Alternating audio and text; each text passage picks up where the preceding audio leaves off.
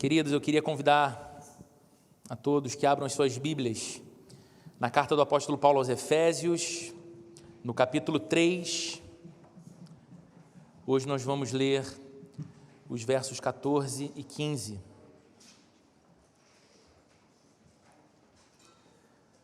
Se você nos visita pela primeira vez, ou se você assiste essa transmissão pela primeira vez, nós estamos aqui na igreja desde o primeiro domingo do mês de março, caminhando numa série de reflexões baseadas na mensagem dessa carta, a carta do apóstolo Paulo aos Efésios. E nós temos caminhado assim a cada semana nessa série expositiva, e hoje nós vamos refletir na passagem do capítulo 3, versículos 14 e 15. Se você tiver o interesse de ouvir as mensagens anteriores, se eu não me engano, já são 29 domingos, você tem a oportunidade de acompanhar toda a série, assistir toda a série, seja no canal no YouTube da Igreja Plena Rio, em vídeo, tem lá vídeo com os cultos inteiros, mas também tem um vídeo apenas com o recorte da mensagem, e você pode também escutar o áudio através das plataformas de podcast, que são várias hoje por aí, Deezer, Spotify, Apple Music, Google Podcast e outros. Basta você procurar por Igreja Plena Rio e você vai encontrar essa série aqui de Efésios. Vamos ler então o texto, Efésios capítulo 3, verso 14, diz assim a Bíblia: Por essa razão, ajoelho-me diante do Pai, do qual recebe o nome toda a família nos céus e na terra. Vamos ler mais uma vez? Por essa razão, ajoelho-me diante do Pai, do qual recebe o nome toda a família nos céus e na terra. Até aqui, vamos fechar os nossos olhos e vamos orar mais uma vez. Senhor, nós precisamos muito da assistência do Teu Espírito Santo nessa hora, porque estamos com a Bíblia aberta e sabemos que não estamos diante de um texto qualquer. Sabemos também que não estamos diante da expectativa das palavras de alguém, por mais que se tenha preparado, pesquisado, estudado, a nossa expectativa, Senhor, aquilo que tem o poder de dessedentar o nosso coração, aquilo que tem o poder de saciar a nossa alma, satisfazer todas as nossas expectativas, está no Senhor, naquilo que o Senhor pode realizar. Então, Deus, nós te pedimos manifestação do Teu Espírito entre nós, de autoridade da Tua palavra, de modo que possamos escutar o som da Tua voz através dessa mensagem. Que possamos, Senhor, nos aproximar de Ti como o Senhor deseja que seja, e que possamos sair deste lugar nesta manhã dizendo mais uma vez: gratos somos a Ti, Senhor, pela bênção a nós concedida, de estarmos reunidos como igreja, num encontro tão maravilhoso contigo e uns com os outros. Que possamos todos sair daqui dizendo: ouvimos a voz do amado, ouvimos a voz do Deus que justifica e é a razão da nossa vida, aquele que é o dono dos nossos melhores sentimentos, aquele que é o Senhor das nossas vidas. Que seja assim para cada um de nós. Oramos para a Tua glória e em nome de Jesus. Amém. Queridos, poucos temas são tão familiares para os cristãos como o tema da oração. É muito comum para um cristão a ideia de orar. É muito esperado dentro da espiritualidade cristã que orações sejam feitas. Nós não lidamos com a ideia da oração com estranhamento, não é verdade? A gente está de alguma maneira adaptado, nós estamos de alguma maneira adaptados, habituados com a oração. Num culto como o de hoje, nós já fomos estimulados várias vezes a orar. Seja porque alguém pediu que nos colocássemos de pé, fechássemos os nossos olhos, curvássemos a nossa cabeça, seja porque as canções entoadas sugeriam isso, um momento de oração. Senhor, eu aproveito enquanto canto estas palavras e falo a Ti com todo o meu coração isto e aquilo. Um culto como esse é marcado de instantes de encorajamento para a oração. No entanto, nós sabemos que é muito mais fácil falar de oração do que orar. É muito mais fácil se sentir acostumado com a ideia da oração do que com a prática da oração. É possível desenvolver uma perfeita teologia a respeito da oração. Você pode ser alguém interessado pelo estudo teológico e talvez você já possa ter tido acesso às melhores páginas dos melhores escritos, dos melhores autores cristãos, falando à luz da Bíblia sobre a beleza da oração, a prática da oração, o poder da oração, a necessidade da oração, de modo que você é capaz de conversar e sustentar por alguns minutos, talvez algumas horas, aquilo que você sabe a respeito de oração. Mas ainda assim, tendo tudo isso, é possível ter também pouca experiência orando. É possível ter a habilidade de fazer oração em público. Aliás, é possível ter a habilidade de fazer longas e admiráveis orações em público, sem, no entanto, cultivar uma vida particular de oração. Jesus criticava isso nos principais religiosos dos seus dias e dizia aos seus discípulos a respeito daqueles religiosos dos seus dias o seguinte: olha, eles gostam de ir para o meio da rua, de ir para a praça pública, e em praça pública eles erguem as suas vozes aos céus em oração, porque o objetivo deles é chamar a atenção dos homens e não de Deus. E aí Jesus fala: mas você, quando orar, entra no seu quarto, fecha a porta, fala ao seu pai que está em secreto, e a gente conhece a história. Por que Jesus fala isso? Porque é possível você ter a oratória de uma boa oração pública, mas você ser uma pessoa completamente desacostumada com a vida particular de oração. É fácil para um cristão afirmar que a prática da oração é importante. Mais do que isso, é fácil concordar que orar é essencial na vida cristã e ainda assim notar que naqueles momentos quando ninguém está olhando, naqueles momentos em que não há nada forçando o nosso pensamento na direção de Deus ou na direção da oração, as nossas mentes simplesmente não se voltam para Deus. Eu não estou no culto, eu não estou com os meus amigos da igreja, eu não estou ouvindo uma música cristã, eu não estou ouvindo um sermão sendo bem pregado, eu não estou em nada que de alguma forma force os meus sentimentos e os meus pensamentos na direção de Deus, e então eu me surpreendo que Deus não ocupa os meus pensamentos. A Bíblia é um livro que nos fala muito sobre a importância da oração, e a Bíblia é um livro que nos ensina a orar. Você tem histórias maravilhosas ao longo de toda a Bíblia e registro de orações maravilhosas ao longo da Bíblia. Moisés orando ao Senhor, dizendo a Deus: Senhor, se a tua presença não for com o teu povo desse deserto aqui onde estamos, até Canaã, que é a terra prometida, ainda que o Senhor envie anjos para nos dar vitória, não nos faça sair daqui, porque Canaã não é Canaã sem o Senhor. E um deserto contigo é melhor do que a terra da promessa sem o Senhor. E a gente lê aquela oração de Moisés e fala: que oração tremenda, que coisa linda. E aí a gente vai acompanhando outros personagens bíblicos: José, Jacó, os profetas, Jeremias, e aí a gente chega no livro dos Salmos e é um livro inteiro de orações. Homens que oram para conhecer mais a Deus, homens que oram em busca de intimidade e comunhão com Deus, como o Salmo 24.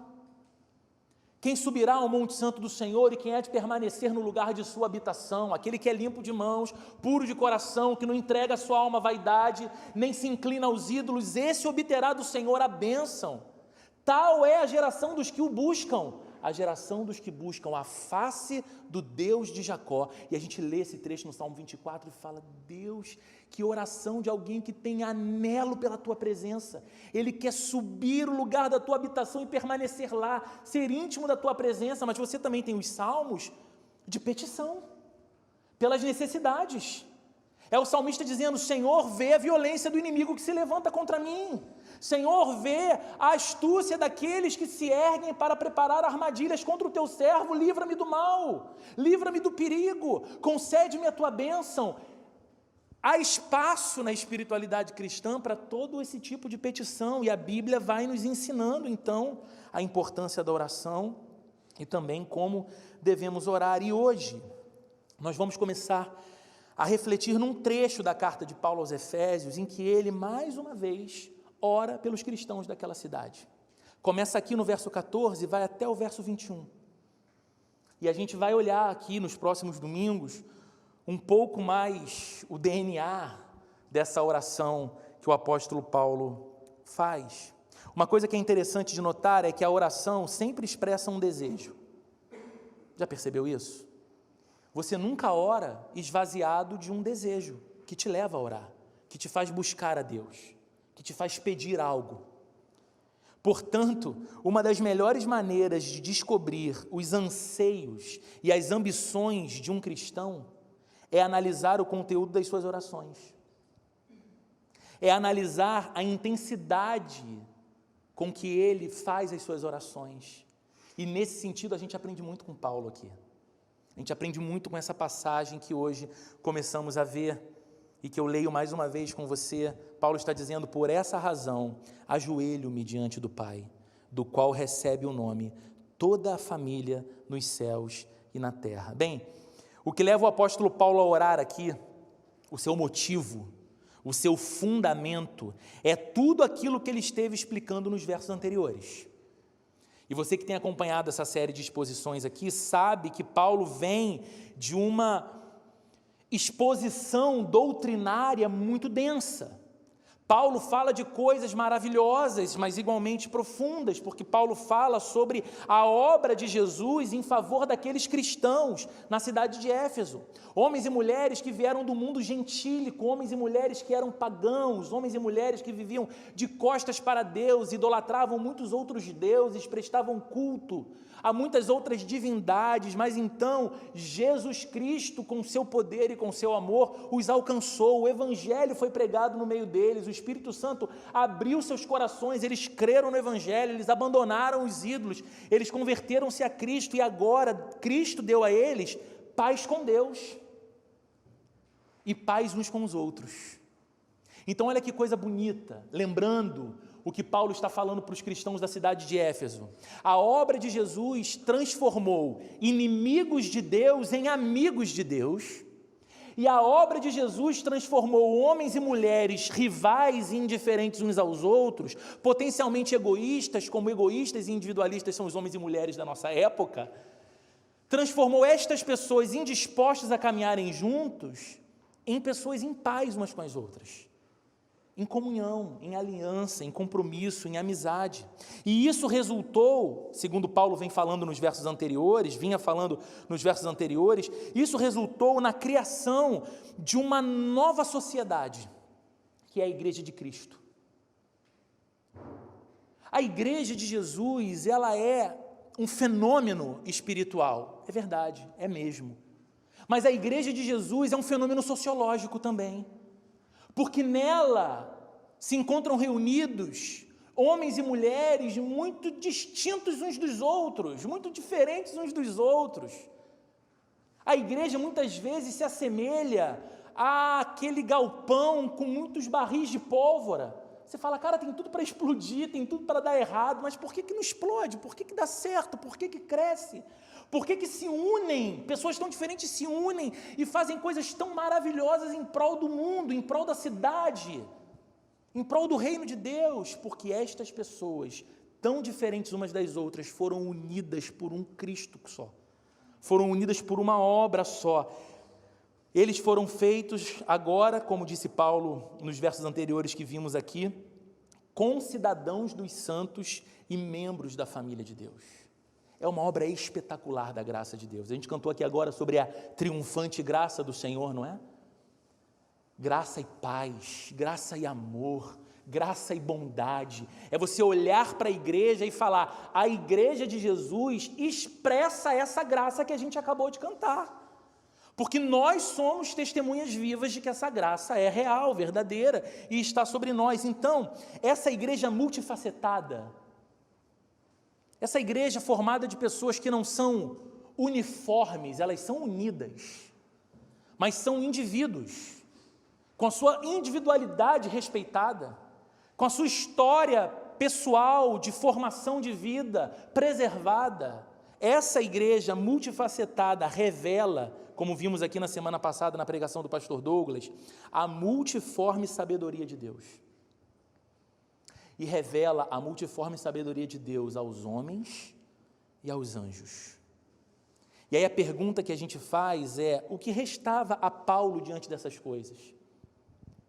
Após se dedicar tão brilhantemente a explicar a obra de Jesus em favor daquelas pessoas e os efeitos da obra de Jesus na vida daquelas pessoas, formando-as como igreja de Cristo na cidade de Éfeso, o que restava a Paulo fazer?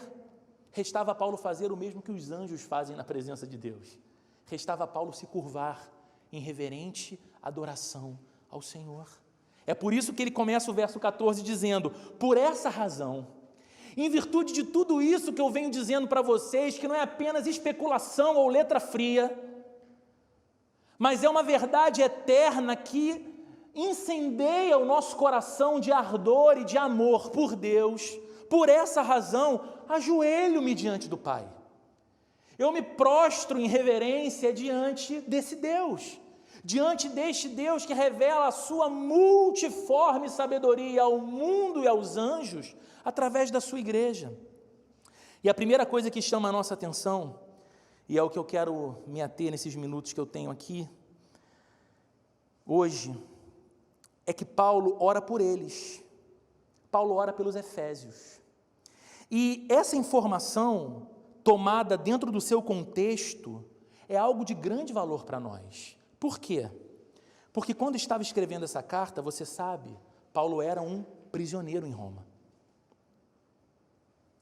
Paulo, embora preso, Paulo, embora um forte inimigo, o mais temido império dos seus dias, o tenha encarcerado, Paulo, mesmo estando impossibilitado de visitar os efésios, de estar com eles pessoalmente e pregar para eles a palavra pessoalmente, bem como estava impedido de pregar para qualquer outra pessoa e visitar qualquer outro lugar, afinal de contas ele estava preso, mesmo tendo esse cenário super contrário à sua vida, havia uma coisa que nem mesmo as mais terríveis circunstâncias podiam impedir Paulo de fazer. Paulo ainda podia orar. Paulo podia estar privado de muitas coisas, e ele estava. Confinado numa cela, algemado junto a soldados, que era um padrão do Império Romano naqueles dias, um prisioneiro tido como um prisioneiro perigoso, e Paulo era considerado um prisioneiro perigoso por conta do agito que ele promovia nos lugares quando pregava o Evangelho.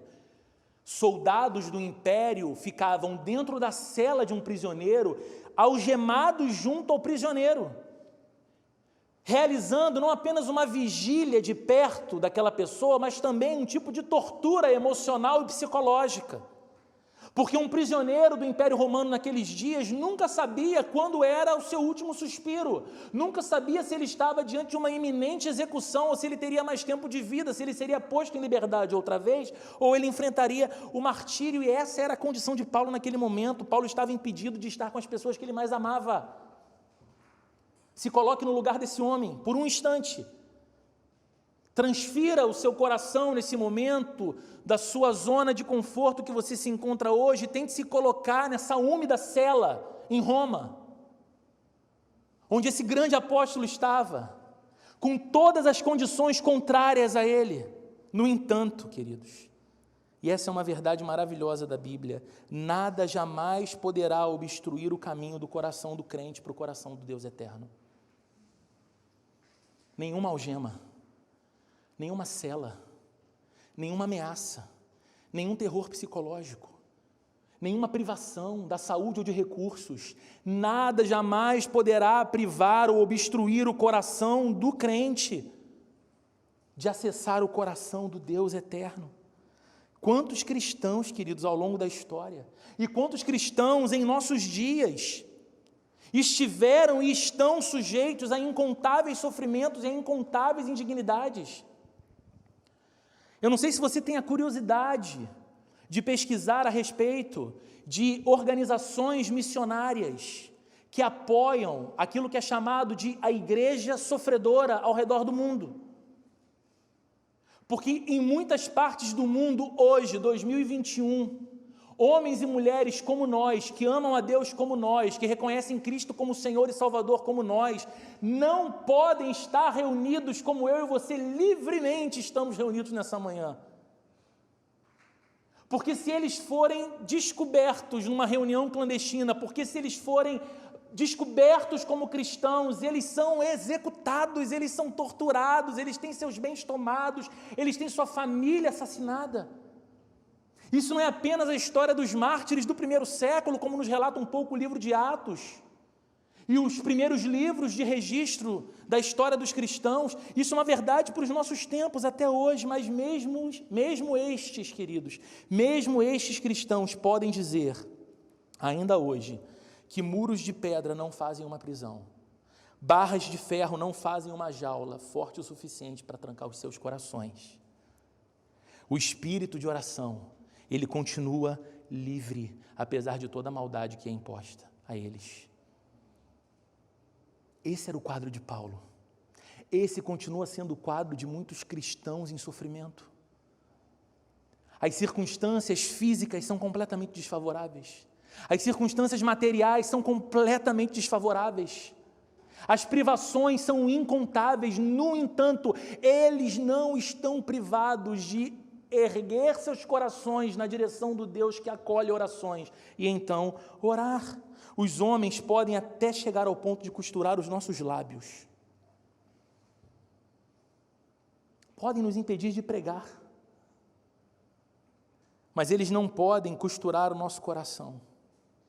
E enquanto temos vida, podemos continuar orando a Deus, ainda que em nosso espírito.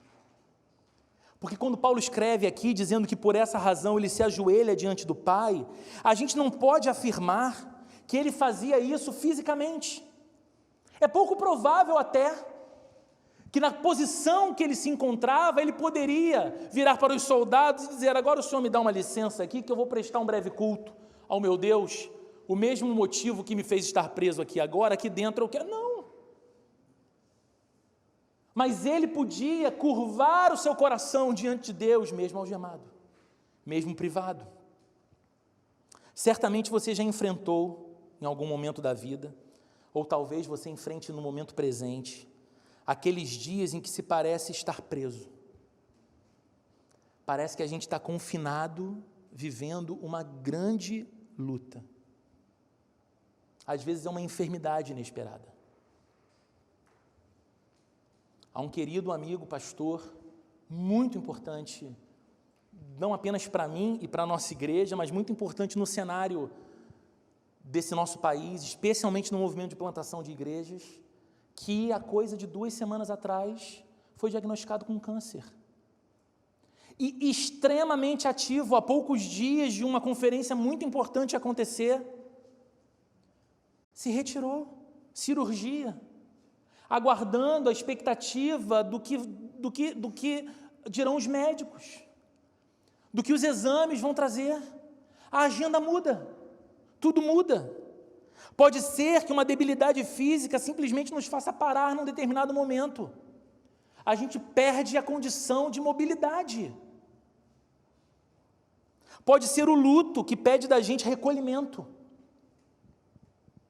Ele chegou e quando o luto chega não tem festa. Quando o luto chega não tem jantares agradáveis. Quando o luto chega não tem viagens. O luto chegou e o luto deve ser vivido. É legítimo vivê-lo, é bíblico vivê-lo. E aí o luto pede da gente recolhimento. É o momento de ficar um pouco mais retirado. Ainda assim, e mesmo nesses dias mais cinzentos, em que aparentemente a gente não pode fazer nada, a gente ainda pode fazer algo. Nós podemos orar. Nós podemos tanto orar por nós mesmos, como também podemos orar pelos outros, exatamente como Paulo faz aqui. E é uma coisa que chama a nossa atenção,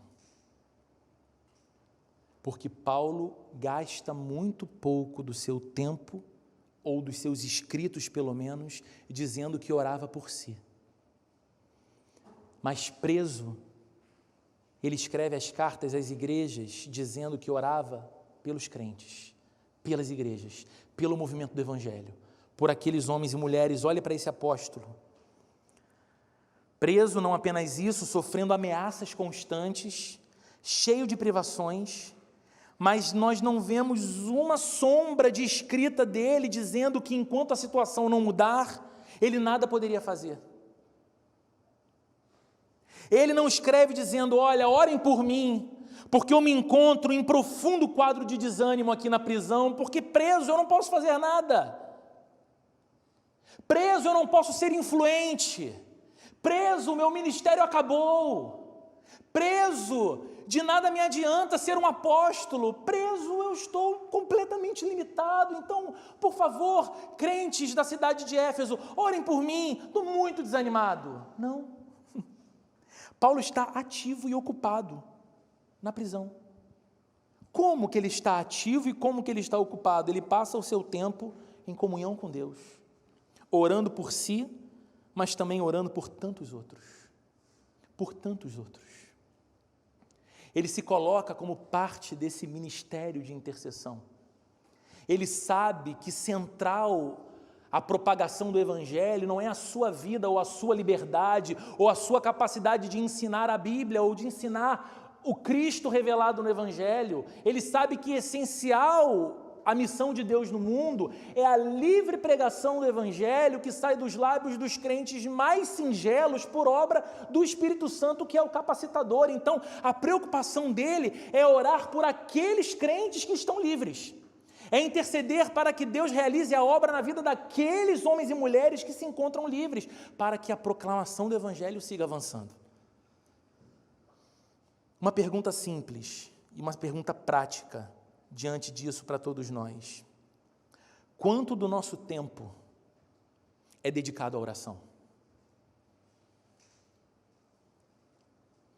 Quanto do nosso tempo nós dedicamos à oração, orando por nós mesmos, orando pelas nossas demandas, orando pela nossa necessidade de conhecer mais a Deus? Quanto tempo da nossa agenda a gente dedica intencionalmente dizendo: esse é um horário, esse é um momento, esse é um instante que nada pode comprometer o meu compromisso de orar? E eu oro pela minha vida diante de Deus, e eu coloco o meu coração diante de Deus, e eu coloco os meus sentimentos, às vezes os mais bagunçados dentro de mim, diante de Deus, e eu oro por aquilo que me apavora, e eu sei que Deus sabe que me apavora, mas eu faço conhecido dEle, através dos meus lábios, através da oração, e oro e coloco isso diante dEle. Eu oro pelas minhas alegrias, eu oro pelos meus sonhos, eu oro pelas minhas expectativas, pedindo para que elas estejam alinhadas com o coração de Deus. Ou será que eu falo mais dessas coisas do que oro sobre elas? Será que eu falo mais dos meus problemas com os meus amigos, com os meus familiares, com os meus confidentes, e falo deles pouco para Deus? Quanto do nosso tempo nós dedicamos a orar por outras pessoas?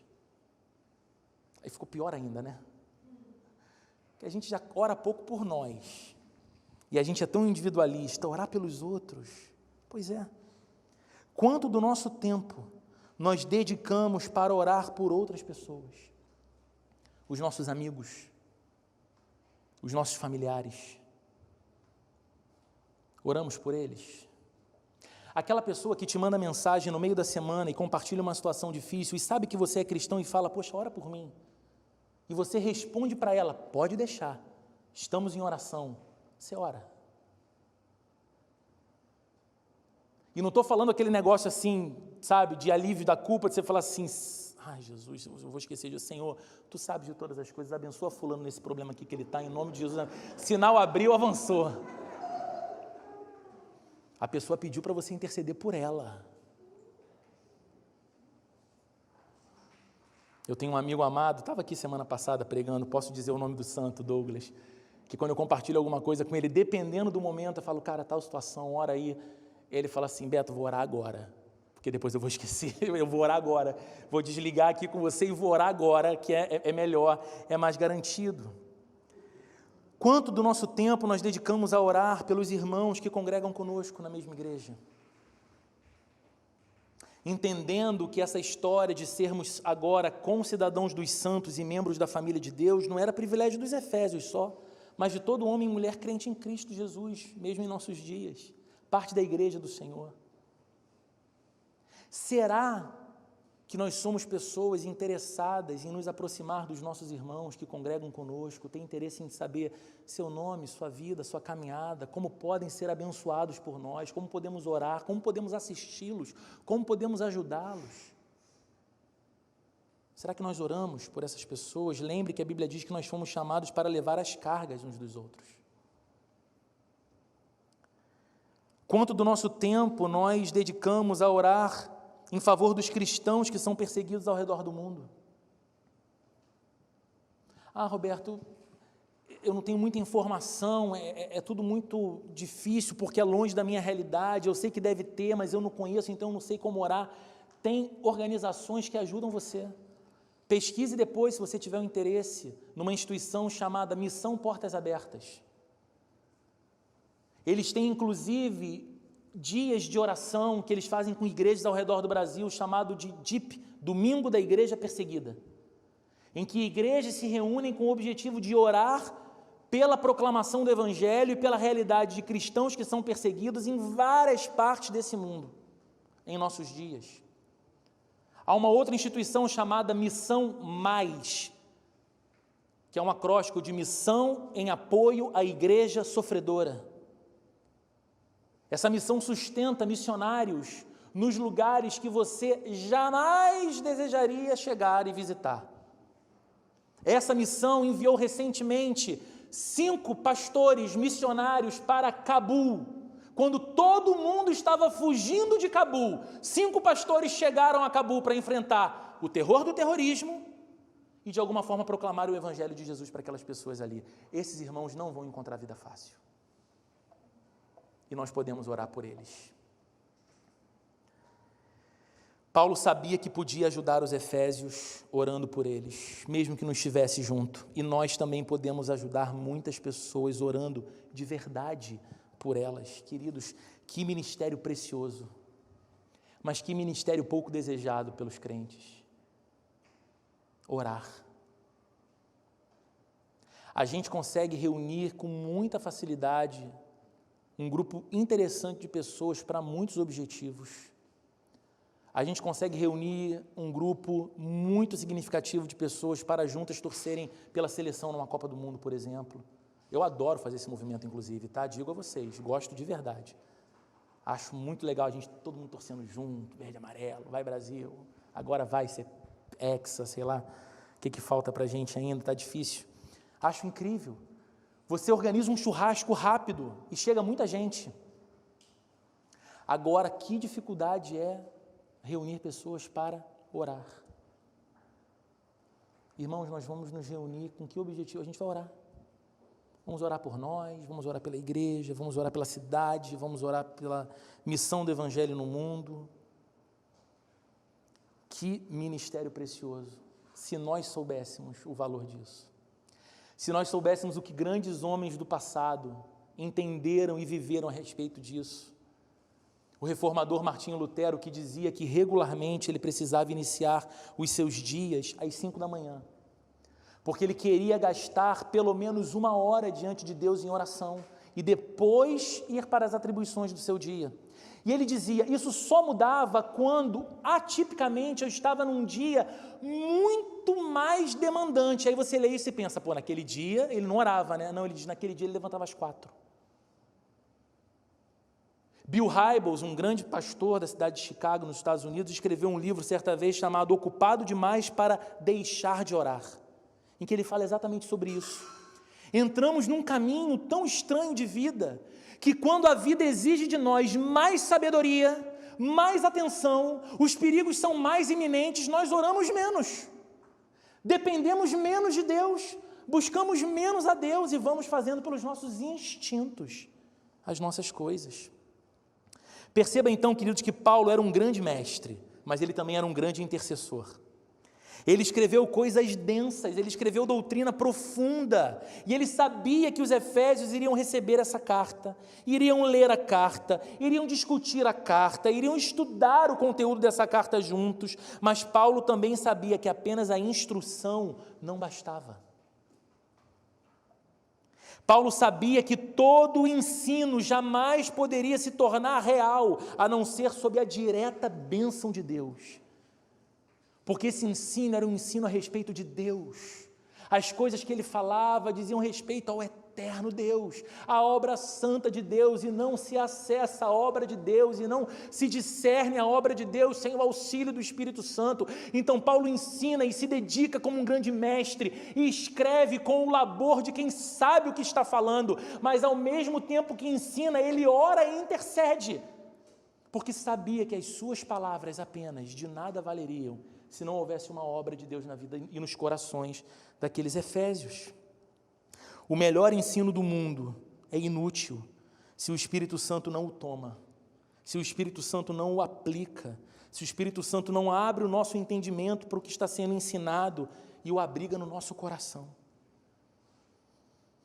E que lição prática nós tiramos disso? E eu espero que isso te abençoe de alguma forma. Todos nós temos amigos e familiares não cristãos. Pessoas com quem nós nos preocupamos muito e pessoas que nós amamos muito. Pessoas que nós queremos muito bem, mas que não compartilham da fé conosco. E nós desejamos que eles conheçam a nossa fé. E o que geralmente a gente faz? Nós citamos textos bíblicos e tentamos explicar os textos bíblicos para esses nossos amigos. Às vezes é um colega de trabalho, às vezes é um familiar nosso. Uma situação aparece e a gente fala, meu Deus, é excelente oportunidade de eu falar aqui o Salmo 23. O Senhor é meu pastor e de nada terei falta. Então eu vou pegar aqui esse texto agora, vou falar o versículo, vou falar assim, olha, você deve conhecer a Bíblia, né? Tem um texto muito famoso, o Salmo 23, ele diz, aí o seu amigo responde junto com você, o Senhor é o meu pastor. Eu falo, então, sabe o que esse texto significa? Esse texto significa isso, e você vai e explica. Muitas vezes nós procuramos mostrar qual é a atitude cristã correta em cada assunto da vida. A gente tem a preocupação de contar para esse nosso amigo ou para esse nosso familiar que nem tudo que se apresenta como cristão é. Aí a gente fala, olha, deixa eu te mostrar o seguinte, cristianismo é isso aqui, tá? Deixa eu tentar te ajudar. A gente ama o evangelho, mas nem tudo que se chama evangélico tem a ver com o evangelho. A gente tenta, né? Explicar um pouco as coisas para essas pessoas que nós amamos, mas, queridos, se nós ficarmos apenas nesses esforços, pode ser que isso dê em nada. Isso porque não se pode levar ninguém à vida cristã apenas pelo raciocínio. E aqui está falando alguém que preza demais pela razão e que acredita que a fé cristã não é salto no escuro, e sou alguém admirado pelo fato de que as mentes mais geniais que pisaram nesse mundo foram mentes cristãs e que contribuíram para o progresso filosófico, para o pensamento e para a ciência da humanidade. Enquanto isso seja verdade, eu preciso dizer que ninguém chega à vida cristã apenas pelo uso da razão. Porque você pode oferecer razões para que as pessoas creiam, mas você não pode levá-las à fé pela razão. O que Paulo disse nessa carta que nós estamos há meses estudando juntos? Ele diz que a fé não vem de nós, é um dom, é uma dádiva do próprio Deus. É Ele quem concede o dom da fé para que o homem creia, para que a mulher creia na proclamação do Evangelho. Então nós devemos compreender que enquanto ensinamos os nossos amigos, enquanto falamos de Bíblia para os nossos amigos, enquanto pregamos o cristianismo para os nossos amigos, nós devemos também, assim como Paulo, orar por eles, interceder por eles, porque somente quando o Espírito Santo lida com eles, e os prepara e abre o entendimento deles e transforma o coração deles, é que de fato eles podem receber a verdade da vida cristã. Então, queridos, nós precisamos não de Ou a gente ensina ou a gente ora. Ou a gente é uma igreja que valoriza a doutrina, ou a gente é uma igreja que valoriza a experiência. Não, porque como eu já disse várias vezes aqui, você não chega para o piloto antes de fazer a viagem, entra no avião e fala para o piloto: piloto, comandante, qual é a asa mais importante do seu avião?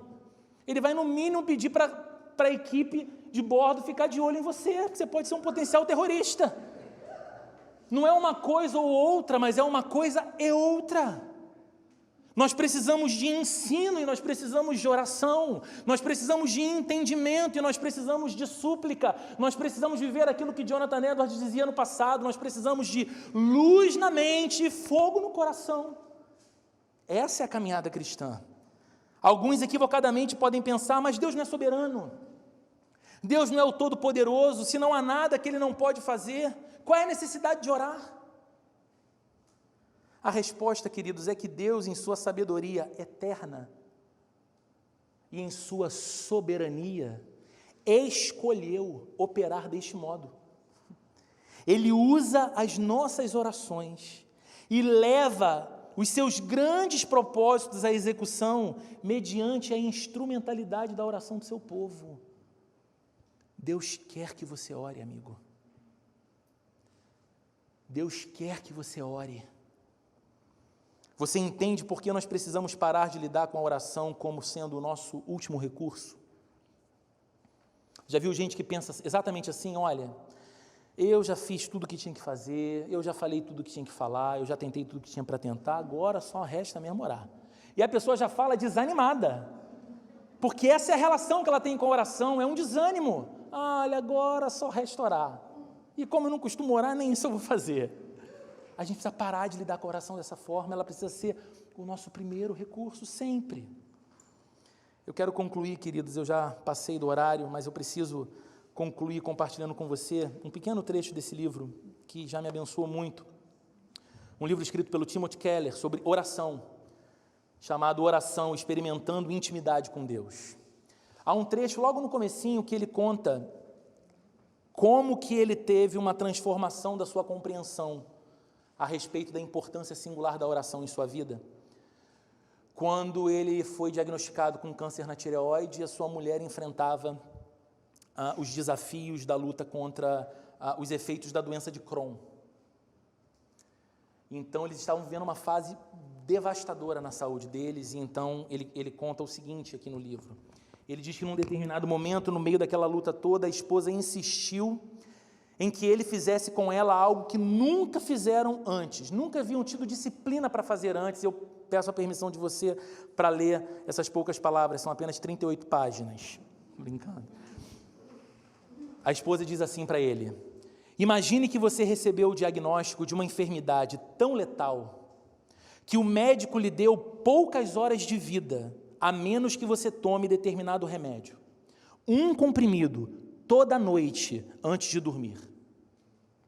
Imagine que ele lhe recomende não deixar de tomar o remédio uma noite sequer, de modo contrário você vai morrer. Você acha que se esqueceria de tomar o remédio? Ou deixaria de tomá-lo algumas noites, só para testar? Não. Seria tão crucial não se esquecer que você jamais deixaria de tomá-lo. Bem, se não orarmos juntos a Deus, não sobreviveremos a tudo o que estamos enfrentando. Eu, com certeza, não sobreviverei. Temos de orar. Simplesmente não podemos deixar que isso nos saia da cabeça. E aí ele diz que isso se deu início a uma experiência em que, nos últimos 20 anos, que tem mais ou menos o tempo dessa história, não houve uma noite sequer em que ele e a Cat, sua esposa, não tenham orado, mesmo quando estando em hemisférios diferentes, por conta das muitas viagens que o Tim Keller fazia. Eles davam um jeito de se falarem para orar juntos. Aquilo virou o remédio que os mantinha vivos. Esse precioso pastor e irmão luta atualmente contra um outro câncer no pâncreas. Nós devemos orar para termos comunhão real com Deus. Não há outra forma de ser amigo de Deus, de conhecer Deus, que não seja pela estrada da oração. Nós devemos orar por nós e nós devemos orar pelas nossas necessidades, todas elas. Não há pedido que Deus faça cara feia. Não há necessidade que Deus dê de ombros. Nós devemos orar pelos nossos amigos, nós devemos orar pelos nossos familiares, para que eles tenham seus corações abertos para o Espírito Santo, pelo Espírito Santo. Você quer evangelizar, você quer falar de Jesus para eles, você quer que eles conheçam a fé que você conhece, mas lembre, o mesmo Espírito que abriu o seu coração precisa abrir o dele, então ore, fale e ore, convide e ore, ande junto e ore. Nós devemos orar para viver, e então nós devemos viver para orar. Esse é o chamado do cristão, esse é o chamado da cristã. A gente vai seguir na próxima semana falando sobre os detalhes aqui dessa oração que Paulo faz. Hoje eu já passei bastante do meu horário, mas eu ainda queria orar mais uma vez com você, nesse momento. Talvez você, diante dessas palavras e diante desse texto e diante do exemplo de Paulo, fale, poxa, eu tenho tanta razão, eu tenho tanta oportunidade para orar e eu oro tão pouco, eu valorizo isso tão pouco, eu tenho tanta liberdade e desprezo tanto a liberdade de culto que tenho, enquanto irmãos meus na fé têm tanta dificuldade em prestar culto a Deus em alguns lugares do mundo. Mas essa não é uma mensagem para amassar teu coração e fazer você sair daqui desanimado, pelo contrário. Esse é um convite do Deus de toda a graça, chamando você para a experiência da oração, para o ministério da oração, para aquele maravilhoso modelo de vida em que você para de ocupar-se apenas consigo mesmo e ora apenas por você, e você de fato passa a ser um intercessor de alguém, você ora por outros, pelas necessidades dos outros, pelas dores dos outros, pelos anseios dos outros, e Deus acolhe a oração, e Deus usa a sua oração. Olha que coisa bonita, gente. Assim como fez com Paulo, Ele faz com a gente. Então, que a gente ore, que a gente volte para casa hoje com um desejo renovado de dizer, Deus, eu não vou fazer da oração o meu último recurso, eu vou fazer da oração a estrada principal que me leva ao teu coração, que me faz ter comunhão contigo, que faz eu colocar o meu coração e todo o peso dele, toda a tristeza e também toda a alegria diante de ti, e que me faz orar por outros, porque o Senhor é o Deus que ouve a oração e atende as orações. Senhor, nós te louvamos nessa noite, nessa manhã pela Tua palavra, nós te louvamos nesse domingo, te louvamos, Deus, pela porção da Bíblia que foi refletida por nós aqui, e nós te pedimos, Senhor, que nós sejamos pessoas que não apenas falam da oração, mas que oram, que nós sejamos pessoas que não apenas conhecem as maneiras e as formalidades cristãs da oração, mas que nós sejamos pessoas que consomem o coração, o Espírito, na Tua presença, Senhor, em oração. Torna-nos íntimos do Senhor, meu Deus. Se há alguém aqui nesse momento orando, que lembra de um tempo em que tinha tanta comunhão contigo, que sentia que o coração estava tão próximo do Senhor, tão aquecido pela Tua companhia, tão apaixonado pela Tua palavra, e que hoje, talvez as ocupações da vida, algumas outras decepções e frustrações, trouxeram amargura para esse coração, desânimo, Deus, reaviva esse coração nessa manhã, Senhor. Faz obra santa e renovadora, Espírito Santo de Deus. E aquele cristão e cristã orando comigo nesse momento, mas que nunca, Senhor, mergulhou nesse oceano tão profundo, Senhor, da oração, da comunhão contigo, desse mergulho que nos leva para a Tua palavra, e a Tua palavra nos leva para a Tua presença em oração, e nos leva a interceder por nós, e a interceder por outros. Senhor, descortina diante dos olhos deste e desta as maravilhas reservadas para ele, para ela no lugar da oração, e nos chama, Senhor, a essa comunhão contigo. O avivamento que é tão necessário e hoje em dia até tão pouco pensado pelos crentes, Senhor. Esse avivamento não virá de outra fonte, de outra origem que não seja a oração do Teu povo rendido aos Teus pés.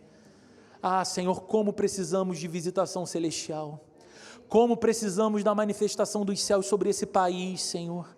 Como precisamos da Tua misericórdia, da Sua graça sobre tantas famílias, sobre tantos filhos, sobre tantas crianças, sobre tantos casamentos, sobre tantos hospitais nesse exato momento, e Deus amado, como estas coisas não virão pela operosidade dos nossos atos, pelos nossos acordos, pelas nossas preferências políticas, pelas nossas conversas, estas coisas virão primeiramente dos joelhos que se dobram na Tua presença e clamam pela Tua intervenção, sabendo quem é o Todo-Poderoso, quem é o Santo, quem é o Eterno Deus. Senhor, leva-nos para diante de Ti.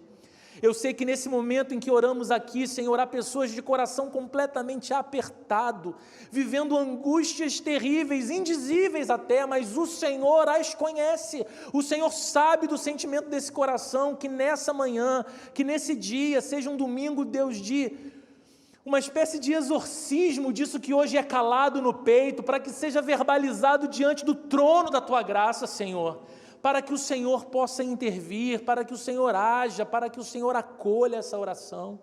Deus amado, eu oro pedindo ainda que o Senhor salve aquele que entrou aqui nessa manhã ainda terrivelmente perdido, porque sem Cristo no mundo. Que essa seja uma manhã de salvação, para que de alguma forma o Teu Espírito durante todo esse sermão tenha feito a obra que só Ele pode fazer, de convencer o coração da importância e da singularidade de Jesus, e então essa vida, esse coração se renda a Ti, ao Seu amor, e nós, os Teus filhos, os crentes, sejamos edificados por Ti, chamados para essa comunhão maravilhosa contigo em oração, em nome de Jesus, Senhor. Que o amor de Deus, a graça de nosso Senhor e Salvador Jesus Cristo, a comunhão e a consolação do Espírito Santo de Deus esteja presente com cada um de nós hoje e para todo sempre, Jesus. Amém e amém.